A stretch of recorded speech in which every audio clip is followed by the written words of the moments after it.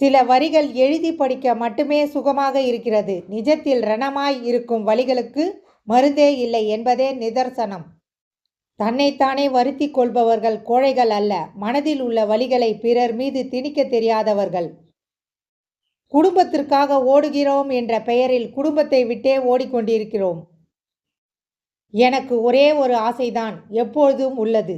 மரணிக்கும் தருணம் வந்தால் கூட பரவாயில்லை, சொந்தங்கள் முன்னாடி உதவி கேட்கும் தருணம் மட்டும் அமைந்து விடவே கூடாது. வாடிய மலரை வண்டுகள் மொய்ப்பதில்லை, வசதி இல்லாத நபரை சொந்தங்கள் தேடுவதில்லை. மின்மினி பூச்சி பறக்கும்போதுதான் சுடர் விடுகிறது, மனிதனும் செயல்படும் போதுதான் உயர்வடைகிறான்.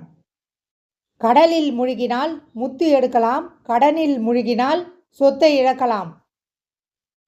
சுவாசத்தை கவனி, ஆயுள் கூடும். வார்த்தையை கவனி, மதிப்பு கூடும்.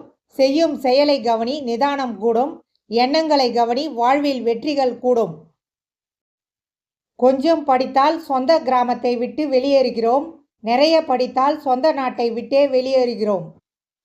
ஒன்றை மட்டும் மறந்துடாதீங்க, துரோகி ஒன்றும் தூரத்திலே இல்லை, நமக்கு கூடவே தான் இருப்பாங்க. தருணம் வரும்போது தன்னுடைய வேலையை காட்டுவாங்க.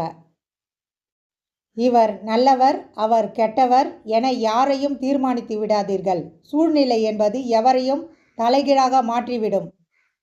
வாழ்க்கை ஒரு ஓவியம் அல்ல, திரும்ப திரும்ப வரைவதற்கு. அது ஒரு சிற்பம், செதுக்கினால் செதுக்கியதுதான். மனசு சரியில்லை என்பது தவறு, மனசை நாம் சரியாக வைக்கவில்லை என்பது தான் உண்மை.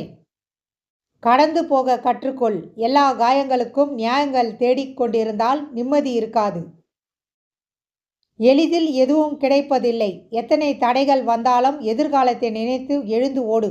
எவரும் வரப்போவதில்லை இறுதி வரை உன்னோடு. வானவில்லின் வண்ணங்கள் போன்றது வாழ்க்கை, ரசித்து வாழ்பவனுக்கே அழகாய் மாறும். பரபரப்பாக இருந்தாலே பாதி சோகம் கண்ணுக்கு தெரியாது. சுறுசுறுப்பாக இயங்கினாலே எந்த சோகமும் நெருங்கி வராது. எதையும் சாதாரணமாக எடுத்துக்கிற மனசு இருந்தா உலகத்தில் நம்மளை விட சந்தோஷமானவங்க யாரும் இருக்க முடியாது.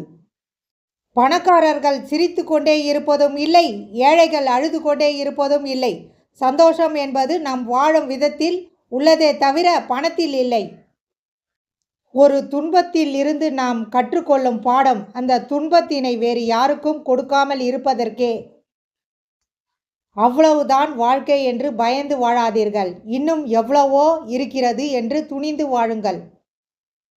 எதிர்பார்த்த போது கிடைக்காத எதுவும் அதன் பிறகு எத்தனை முறை கிடைத்தாலும் மகிழ்ச்சியை கொடுப்பதில்லை.